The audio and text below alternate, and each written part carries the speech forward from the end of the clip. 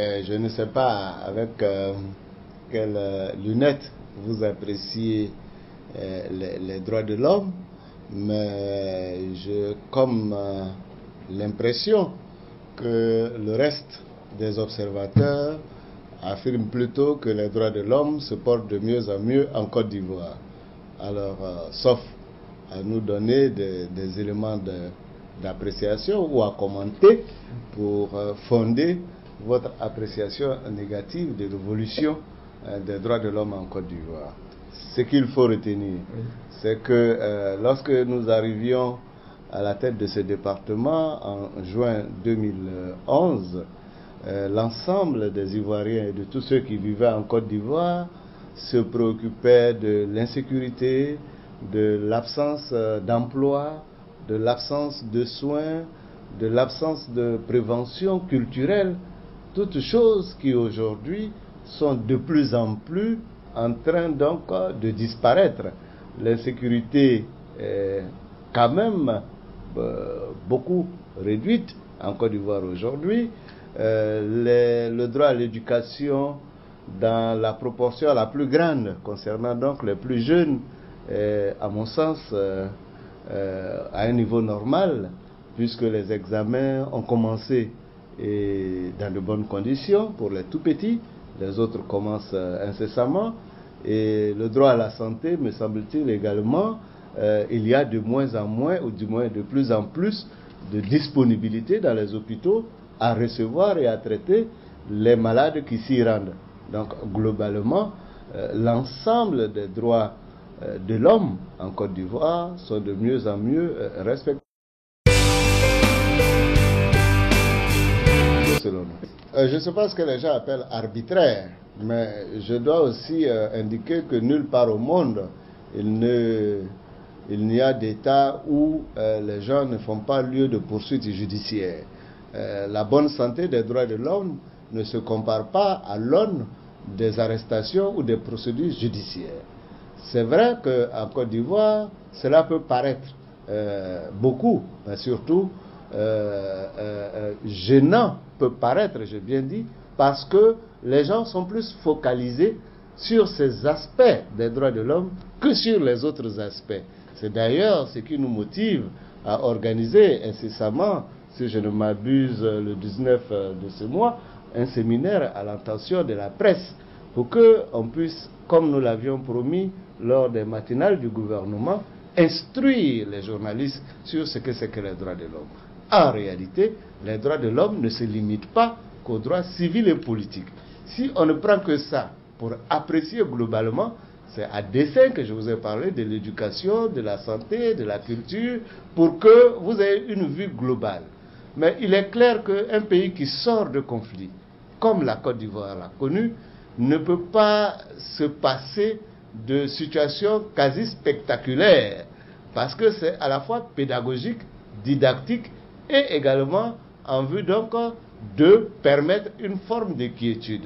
C'est de tous les jours que l'on annonce des coups d'État, des ceci, toutes choses qui ont vocation à éloigner les investisseurs, à troubler la quiétude des Ivoiriens.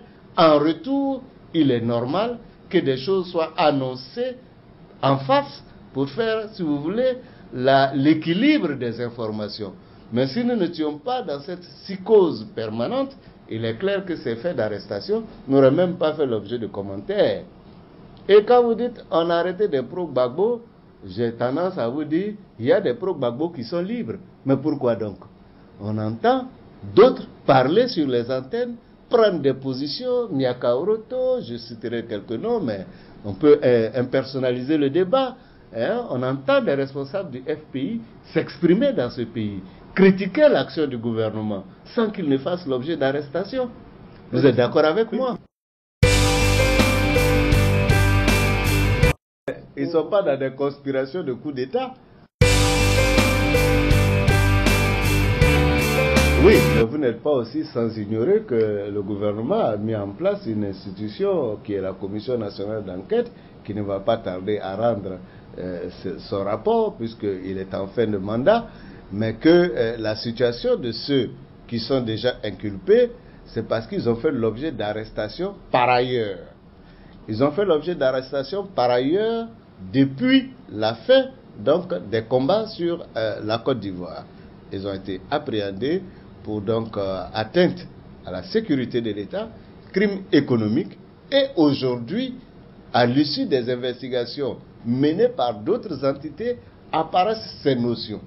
Donc, leur position n'est pas liée à leur situation de génocidaire, si je puis dire ainsi, parce que ce n'est pas pour ça qu'ils sont allés d'abord en prison. Ils y sont allés initialement pour des faits d'atteinte à la sûreté de l'État et pour des faits de crimes économiques. Ce n'est qu'hier que Dogboblé et peut-être certains d'autres après apparaîtront sur le tableau des crimes de guerre ou des crimes contre l'humanité.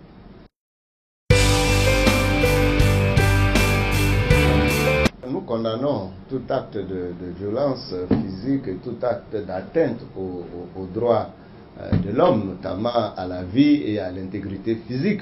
Nous avons toujours élevé des protestations lorsque nous avons été saisis donc de ces allégations.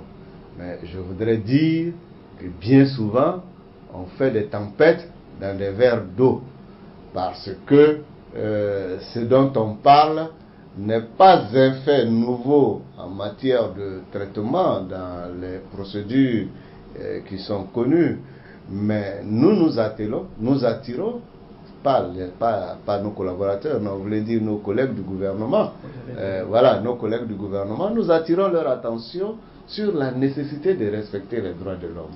Et ceci est d'autant plus difficile que nous sommes dans une période d'instabilité sécuritaire. C'est ça qui rend la tâche des droits de l'homme difficile actuellement en Côte d'Ivoire. Conviendrait avec nous que nous avons le sommeil troublé lorsque nous entendons que des gens ont été arrêtés. Et vous savez que le président de la République, vous l'avez lu aujourd'hui dans peut-être même votre propre journal, a interpellé un responsable de l'armée parce que il y en a qui font du zèle. Ils croient que c'est nécessaire. Mais le président de la République et tout le gouvernement sont contre de telles attitudes, et nous l'avons démontré à travers donc cette interpellation du responsable, des arrestations, que beaucoup d'entre nous aussi apprennent à travers la presse. C'est dire que ce n'est pas une cabale, c'est dire que ce n'est pas une action structurée comme certains le croient, souvent au niveau de l'État ou des membres du gouvernement. Ce sont souvent des actions individuelles qui sont malheureusement la résultante des mauvaises habitudes ou de la mauvaise perception des droits de l'homme que les gens ont eu depuis cette décennie qui vient de s'écouler.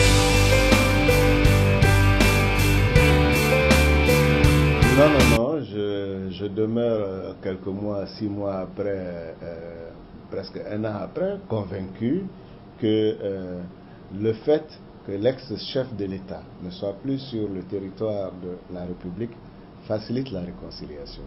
Pourquoi ? Vous savez que lorsqu'il était sur le territoire de la République, il était sous la responsabilité des autorités ivoiriennes. Il fallait à la fois veiller sur son intégrité physique, sa sécurité, et en même temps entreprendre des actions pour déboucher sur la réconciliation. Aujourd'hui, les autorités sont déchargées d'une partie des obligations qui leur incombaient, ce qui leur permet de se consacrer davantage à l'œuvre de réconciliation. Donc, n'ayant plus à charge la sécurité et la santé de l'ex-chef de l'État, les membres du gouvernement et le pouvoir en place ont plus de temps et d'énergie à consacrer à la réconciliation. Voilà ce que je disais. C'est le fond de ma pensée. Et je ne suis pas sûr que je me sois trompé, puisque depuis lors, certaines actions sont posées. Mais il faut que les Ivoiriens comprennent, ou que le reste de la communauté comprenne, que la réconciliation est à l'aune de la difficulté qui est à l'origine de sa nécessité. En clair, si les faits qui justifient la réconciliation se sont déroulés sur 3 mois, il est plus facile en 1 mois, 2, d'obtenir la réconciliation. Mais lorsque la réconciliation résulte de faits qui ont duré dans le temps, dans notre cas d'espèce, nous sommes remontés jusqu'à au moins à 1999.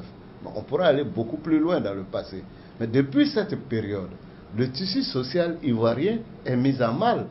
C'est depuis cette période qu'on entend parler de ma carte d'identité a été déchirée, on ne me reconnaît pas la nationalité, on m'a fait ceci, on m'a arraché ma plantation. Donc il y a une foule d'événements qui ont débouché sur cette nécessité de réconciliation dont le pic n'a été que les événements post-électoraux. Ce n'est pas ça qui justifie la réconciliation. Ce n'est pas les événements post-électoraux.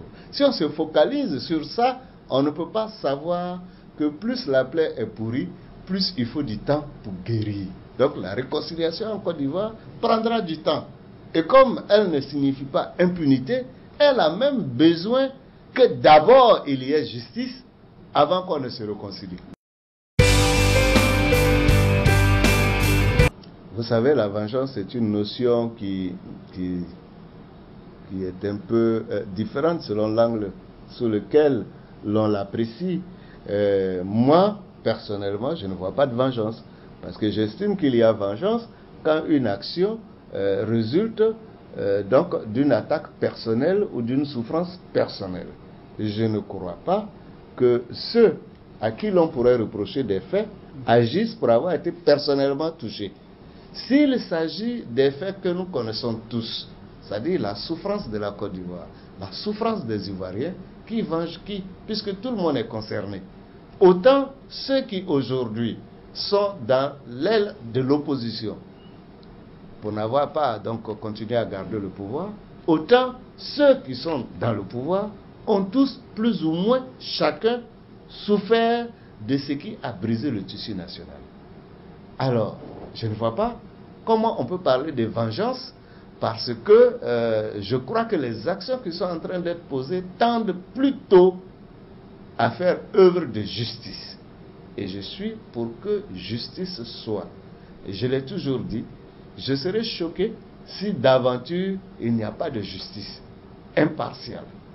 Je serais choqué. J'invite donc les uns et les autres à ne pas mettre trop de passion dans l'appréciation des événements pour que nous puissions, c'est tout ça là aussi, comme je le disais même, que peut-être que tantôt, il faut considérer que la justice doit précéder la réconciliation. Parce que je ne pourrais me réconcilier avec quelqu'un que s'il est reconnu le tort qu'il m'a fait, par lui-même ou par une entité. Si c'est par lui-même, aujourd'hui, vu certaines positions et déclarations de certaines personnes mises en cause, on a beaucoup de peine à croire qu'ils reconnaîtront qu'ils ont fait quelque chose en Côte d'Ivoire. D'autres proclament même qu'ils n'ont rien fait. Quand bien même l'histoire, les films sont là, sont patents pour dire qu'ils ont fait quelque chose. Donc il faudrait peut-être une instance externe à eux pour établir leur culpabilité ou leur responsabilité afin que s'ils acceptent la décision, que nous puissions aller vraiment à la réconciliation.